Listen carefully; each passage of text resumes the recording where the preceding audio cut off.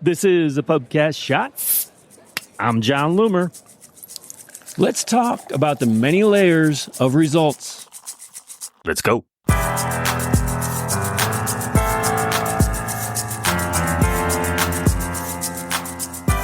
One of the many mistakes I see advertisers make is related to the interpretation of results.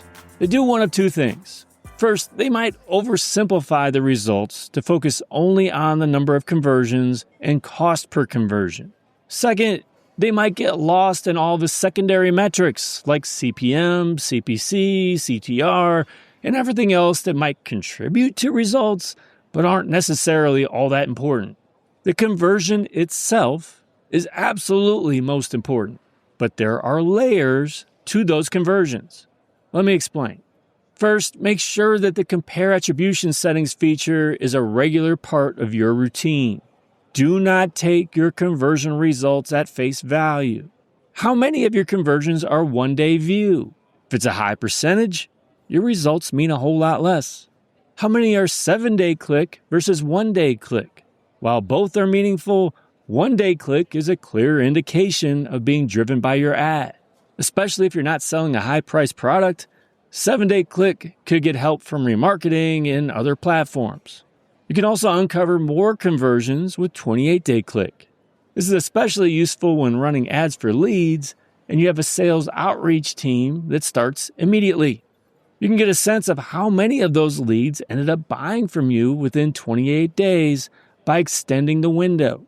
Now, what's the difference between first conversion and all conversions? Meta reports all conversions by default, but that can be an inflated view. One person could perform multiple conversions, and this often leads to mismatched reporting. You can get a clearer sense of unique customers by using first conversion reporting. Second, get to know your breakdown options.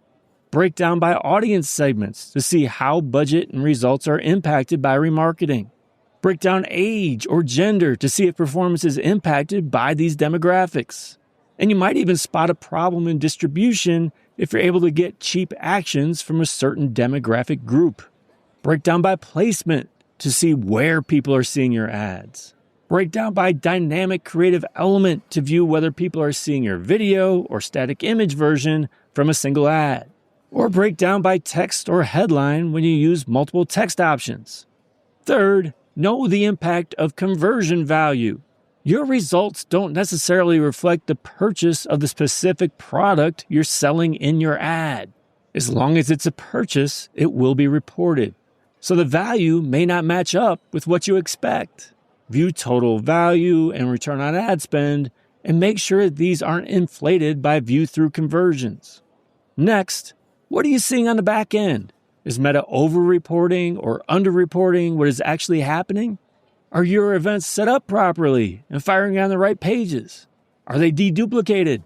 If you're running ads for lead generation, what do those leads do? Are you able to contact them? What is your conversion rate? If you're getting low-quality leads, what makes them low quality? Is it a problem with your sales process?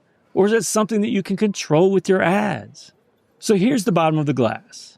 Measuring performance isn't as simple as looking at a couple of metrics and deciding it's good or bad. There are many layers to this analysis. Now, you don't need to paralyze yourself with going through every possible layer, but understand that these layers exist. Do that extra digging when that digging is needed. Be a sophisticated advertiser who looks beyond the surface level results. Be curious and ask questions. Don't trust results that seem too good to be true or too impossibly bad. Keep digging.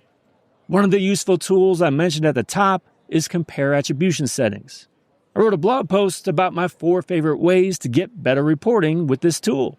Read it at johnloomer.com/compare.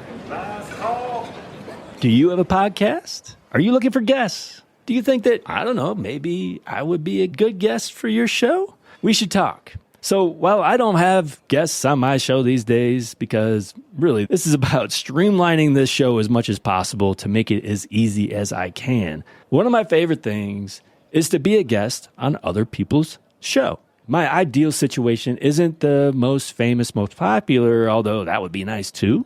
It's the host is someone who has already been reading my stuff, has been listening to the pubcast, maybe watching my videos, and so fully aware of my history. So it's not a matter of me introducing myself to you again. Because a lot of times when we talk about interviewing marketers, there's an assumption about the certain things that people believe. And I don't think I'm your typical marketer. I'm a bit of an accidental marketer that does things a little bit differently. If you kind of resonate with that and you think I'd be good for your show, reach out. Let's talk. Maybe it's a fit, maybe not. Send me an email at me@johnloomer.com. Thanks again for joining me today. Until next time, do awesome things. I'm out.